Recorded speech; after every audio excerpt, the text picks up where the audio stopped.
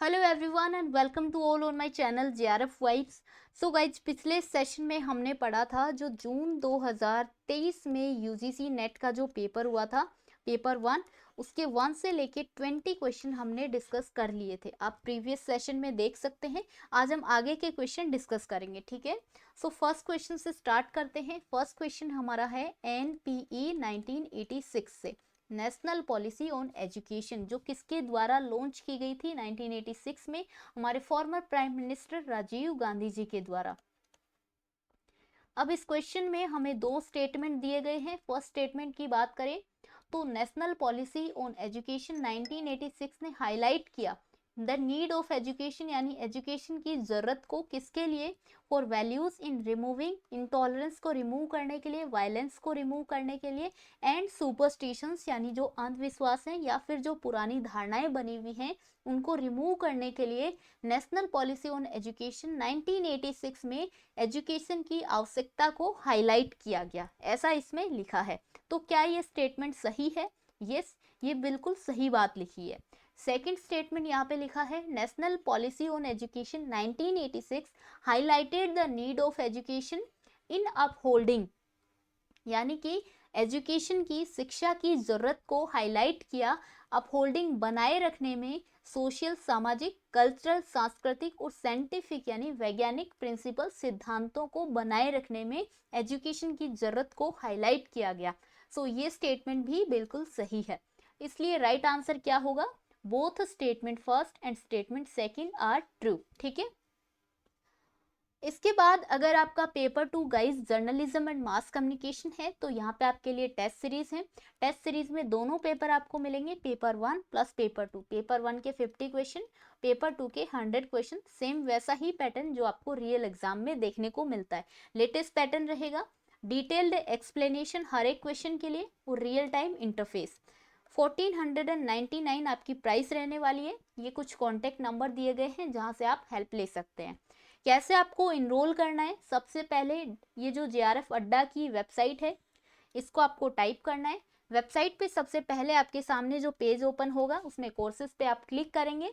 उसके बाद test series वाले टैब पे क्लिक करना है। देन ये पेज आपके सामने ओपन होगा और यहाँ से आप मास कम्युनिकेशन के लिए टेस्ट सीरीज इनरोल कर सकते हैं। इसके बाद अगले क्वेश्चन की बात करें तो ENIAC की फुल फॉर्म पूछी गई है। ICT यूनिट से हर बार एक फुल फॉर्म से क्वेश्चन बनता है। ENIAC की फुल फॉर्म E फॉर क्या होगा? Electronic, N for numerical, I for integrator, A for and C for calculator. So right answer यहाँ से सेकंड ऑप्शन हो जाएगा। अगला क्वेश्चन देखिए, which of the following is neither true nor false, ना ही तो सही है ना ही गलत है, इन द कॉन्टेक्स्ट ऑफ, किसके संदर्भ में, uses of language, directive discourse, emotive discourse या फिर इंफॉर्मेटिव डिस्कोर्स। अब बात करते हैं ये तीनों टाइप के डिस्कोर्स क्या होते हैं। अगर हम बात करें सबसे पहले डायरेक्टिव डिस्कोर्स की, तो यहाँ पे इस टाइप के डिस्कोर्स में सबसे ज़्यादा जो फोकस किया जाता है गिविंग यानी कमांड देने में, इंस्ट्रक्शन देने में या फिर मेकिंग रिक्वेस्ट बनाने में। तो इस प्रकार हम यहाँ पे इवैल्यूएशन नहीं कर सकते ट्रूथनेस या फिर फॉल्सनेस का, ठीक है। इमोटिव डिस्कोर्स में क्या होता है? Primarily concerned with expressing, emotions को एक्सप्रेस करने में, फीलिंग्स को या फिर पर्सनल सेंटिमेंट्स को। और पर्सनल सेंटिमेंट या फिर इमोशंस ना ही तो सही होते हैं ना ही गलत होते हैं। सो यहाँ पे भी हम the expression of emotions in language is neither true nor falseness या ट्रूथनेस की इवैल्यूएशन नहीं कर सकते। But if we are talking about informative discourse तो यहाँ पे मेनली कन्वे किया जाता है फैक्ट्स को या फिर इंफॉर्मेशन को जो हम इवेल्युएट कर सकते हैं in terms of their truth और फॉल्सहुड। सो इस प्रकार राइट आंसर हमारा क्या होगा? यहाँ पे पूछा गया है नीदर ट्रू नोर फॉल्स। तो डायरेक्टिव डिस्कोर्स और इमोटिव डिस्कोर्स में हम ये इवेल्यूएशन नहीं कर सकते सच और झूठ का, बट इंफॉर्मेटिव डिस्कोर्स में हम कर सकते हैं। So A and B only ये इसका करेक्ट आंसर हो जाएगा, ठीक है।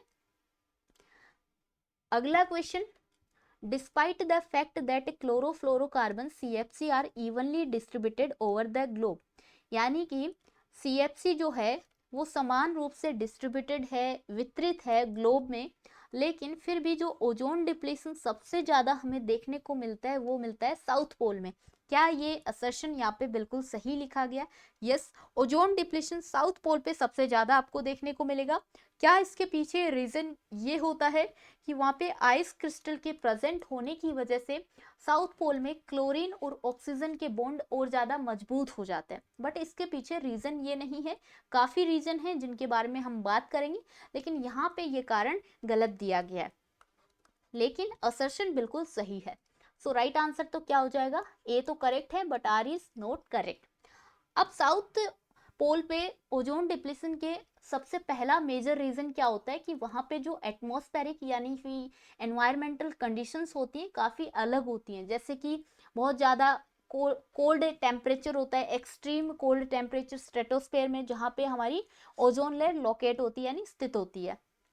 सेकेंड रीजन वहाँ पे पोलर स्ट्रेटोस्फेरिक जो क्लाउड्स बनते हैं, फॉर्मेशन उनका होता है, वो उनका रीजन है।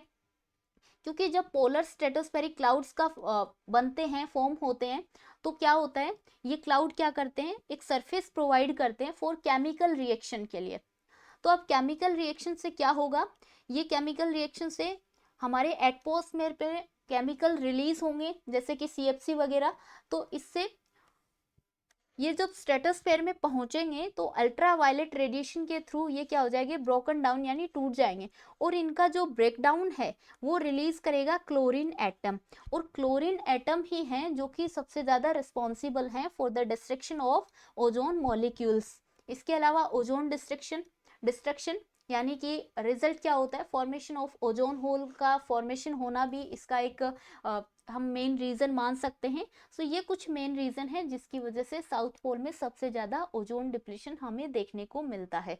ठीक है, अगला क्वेश्चन देखिए, लर्निंग स्ट्रेटेजीज, लर्निंग स्टाइल, लेटरलाइजेशन और इंटरफेरेंस, यहाँ पे सेकंड लिस्ट दी गई है, हमें मैच करना है।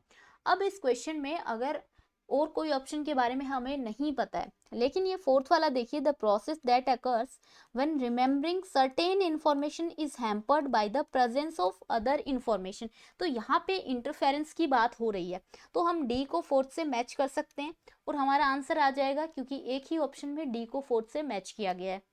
अब एक किससे मैच होगा, लर्निंग अगर स्ट्रेटेजीज की बात करें तो स्ट्रेटेजीज में हम क्या पढ़ते हैं, special kind of procedural knowledge, knowing how to approach यानी अप्रोच कैसे करना है, ये हम लर्निंग स्ट्रेटेजीज में पढ़ते हैं। तो एक किससे मैच होगा, थर्ड से। उसके बाद B learning style, learning style होगा characteristics approaches to learning and studying, and lateralization यानी कि the specialization of two hemisphere of the brain cortex. तो राइट आंसर बी हो जाएगा यहाँ से। ठीक है, उसके बाद अगला क्वेश्चन है, a civil war is like the heat of a fever, यानी कि सिविल वॉर किसकी तरह है, फीवर की जो हीट होती है उसकी तरह, but foreign war like the heat of exercise. अब इन दोनों हीट में से अच्छी हीट कौन सी होती है, हीट ऑफ एक्सरसाइज होती है हमारी बॉडी के लिए। ठीक है, अब क्वेश्चन में आगे पूछा है तीन ऑप्शन में डायरेक्टिव, यानी कि क्या इस स्टेटमेंट से ये डायरेक्शन मिल रही है कि avoid civil war, do not avoid foreign war. Yes, हम सिविल वॉर को अवॉइड ही करना चाहिए, हीट ऑफ फीवर को, बट हीट ऑफ एक्सरसाइज को अवॉइड नहीं करना चाहिए। तो ये सही है फर्स्ट वाला ऑप्शन। इंफॉर्मेटिव में क्या ये इंफॉर्मेशन मिल रही है कि civil war weakens a nation, कि सिविल वॉर यानी हीट ऑफ फीवर तो एक नेशन हो या फिर एक इंसान हो उसको वीक ही करेगी, बट फॉरेन वॉर स्ट्रेंथन यानी ताकतवर बनाएगी नेशन को। ठीक है, सो हीट ऑफ एक्सरसाइज के लिए ये स्टेटमेंट सही है। थर्ड जो लिखा है एक्सप्रेसिव, यानी कि to evoke sympathy towards civil war and disapproval of foreign war. तो यहाँ पे कोई भी सिंपैथी की बात यहाँ पे नहीं की गई है, यानी कि सिविल वॉर की तरफ तो सिंपैथी यहाँ पे इवोक हो रही है यानी जगा रहे हैं, और इसको हम डिसअप्रूवल कर रहे हैं, तो ऐसा एक्सप्रेशन यहाँ से हम नहीं निकाल सकते।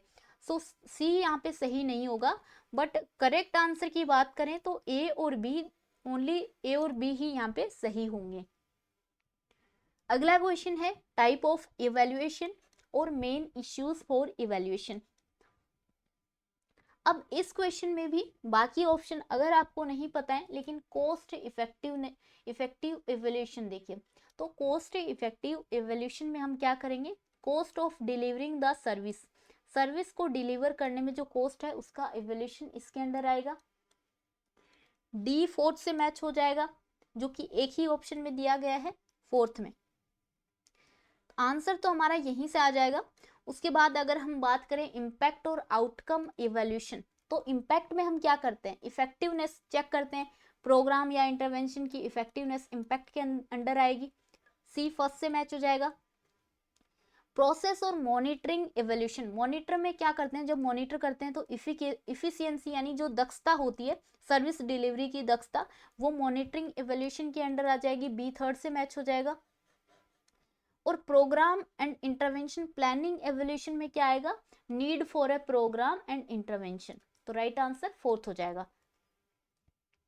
अगला क्वेश्चन है, which of the following codes correctly represent the figure and mood of the argument.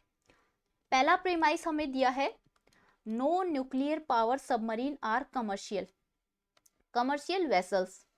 इसको हम फर्स्ट प्रीमाइसेस मान सकते हैं कि कोई भी न्यूक्लियर पावर सबमरीन है वो कमर्शियल वेसल्स नहीं है। अब सेकंड प्रीमाइस हम किसको मानेंगे, इसी को या फिर इस वाले स्टेटमेंट को। यहाँ पे यही गलती हमें नहीं करनी है, क्योंकि according to first premises second premises देखो कि कोई भी nuclear power submarine commercial vessel नहीं है, क्योंकि since all nuclear power submarine are warship, क्योंकि सारी न्यूक्लियर पावर सबमरीन वॉरशिप हैं। तो ये होगी यहाँ पे प्रीमाइसेस 2, और कंक्लूजन होगा ये बीच वाला, कंक्लूजन में होगा so no warship are commercial vessel. अब अगर हम इसको फिगर एंड मूड का हम कैलकुलेशन करते हैं, तो सबसे पहले देखिए फिगर एंड मूड हम कैसे निकालते हैं, मिडल टर्म से। अब स्क्वायर ऑफ अपोजिशन जब हम पढ़ते हैं AEIO, ये किसके लिए होता है, फॉर ऑल, और ये होता है नो के लिए, ये सम के लिए, और ये होता है सम नोट के लिए। अब इस प्रीमाइस 1 में ये स्टार्ट कहाँ से हो रहा है, नो न्यूक्लियर पावर, यानी कि सबसे पहले E आएगा, इसके बाद प्रीमाइसेस 2 में O लिखा है तो उसके बाद आएगा EA, और थर्ड कंक्लूजन में क्या लिखा है, नो वॉरशिप, तो अगेन क्या आएगा EAE। अब EAE फर्स्ट में भी दिया है, थर्ड में भी दिया है, अब फोर्थ आएगा या थर्ड आएगा, ये हम कैसे कैलकुलेट करते हैं, मिडल टर्म से। यानी कि फर्स्ट तो हम कब लिखेंगे, जब यहाँ पे मिडल टर्म और यहाँ पे मिडल टर्म दिया हो, ठीक है। और सेकंड हम कब लिखेंगे, जब ये मिडल टर्म यहाँ पे दिया हो, ठीक है। और थर्ड कब लिखेंगे, जब मिडल टर्म इस साइड दिया हो, ठीक है। तो यहाँ पे मिडल टर्म की बात करें तो नो न्यूक्लियर पावर्ड सबमरीन जो है वो यहाँ पे मिडल टर्म है प्रीमाइसेस 1 में, और प्रीमाइसेस 2 में भी nuclear powered submarine middle term है, जो कि कंक्लूजन में अब्सेंट है। ऐसे ही डिसाइड करते हैं। तो ये कौन से पोजीशन पे है, क्योंकि स्टार्टिंग में इस साइड मिडल टर्म पोजीशन है, तो ये थर्ड वाला फिगर होगा, EAE थर्ड। तो आंसर यहाँ से होगा सी, यानी कि थर्ड ऑप्शन। अगला क्वेश्चन देखिए, टाइप्स ऑफ एम्बिग्विटी और डिस्क्रिप्शन दिया है। कल्चरल एम्बिग्विटी किस वजह से आएगी, डिफरेंट एथिकल नोशंस की वजह से आएगी, क्योंकि हर कल्चर में हर इंसान के लिए अलग नोशंस होती हैं अकॉर्डिंग टू देयर कल्चर। तो डी किससे रिलेट होगा, फर्स्ट से। अगेन आंसर तो एक ही ऑप्शन से आ जाएगा। ए किससे होगा, लैंग्वेज एम्बिग्विटी किस वजह से होती है, because of time term words की वजह से। और रिलेशनशिप एम्बिग्विटी अनसर्टेन आंसर्स की वजह से, और कम्युनिकेशन एम्बिग्विटी कॉम्प्लेक्स आइडियाज की वजह से, कॉम्प्लेक्सिटी की वजह से कम्युनिकेशन एम्बिग्विटी स्टैब्लिश हो जाती है। तो राइट आंसर सेकंड होगा। अगला क्वेश्चन देखिए, LMS से पूछा गया है, learning management system. Which among the following are used as a learning management system? Google Meet, Google Classroom, Joomla, Google Jamboard और मूडल। गूगल क्लासरूम तो काफ़ी कॉमन है, आप लोगों में से काफ़ी ने यूज़ किया होगा, that is learning management system. तो इसका राइट आंसर क्या होगा, देखिए गूगल मीट तो इसका एग्जाम्पल नहीं है, लेकिन गूगल क्लासरूम है, जुमला है और मूडल है। तो B, C एंड E, जो कि सेकंड ऑप्शन है। अब देखिए लर्निंग मैनेजमेंट सिस्टम क्या होते हैं, ये सॉफ्टवेयर एप्लीकेशन होते हैं, किस काम आते हैं, एडमिनिस्ट्रेशन, डॉक्यूमेंटेशन, ट्रैकिंग करने के लिए, रिपोर्टिंग या automation and delivery of educational courses, training programme, materials and learning and development programme. तो एलएमएस का ये 3 एग्जाम्पल यहाँ पे होंगे, बी, सी एंड ई, ठीक है। इसके अलावा भी आप लर्निंग मैनेजमेंट सिस्टम के एटलीस्ट 10 एग्जाम्पल पढ़ के चले जाना, क्योंकि क्वेश्चन बन सकता है। सो गाइज यही थे आज के 10 क्वेश्चन। आई होप आपको एक्सप्लेनेशन समझ में आया होगा। इसके अलावा मेरा टेलीग्राम चैनल है JRF वाइब्स नाम से, जो आप ज्वाइन कर सकते हैं। टेस्ट सीरीज के रिगार्डिंग मैंने आपको पूरी डिटेल बता दी। फिर भी कोई दिक्कत आती है तो आप कमेंट बॉक्स में लिख सकते हैं। टेलीग्राम चैनल का जो लिंक है वो मैं कमेंट बॉक्स में डाल दूंगी। थैंक यू एवरीवन, मिलते हैं नेक्स्ट सेशन में।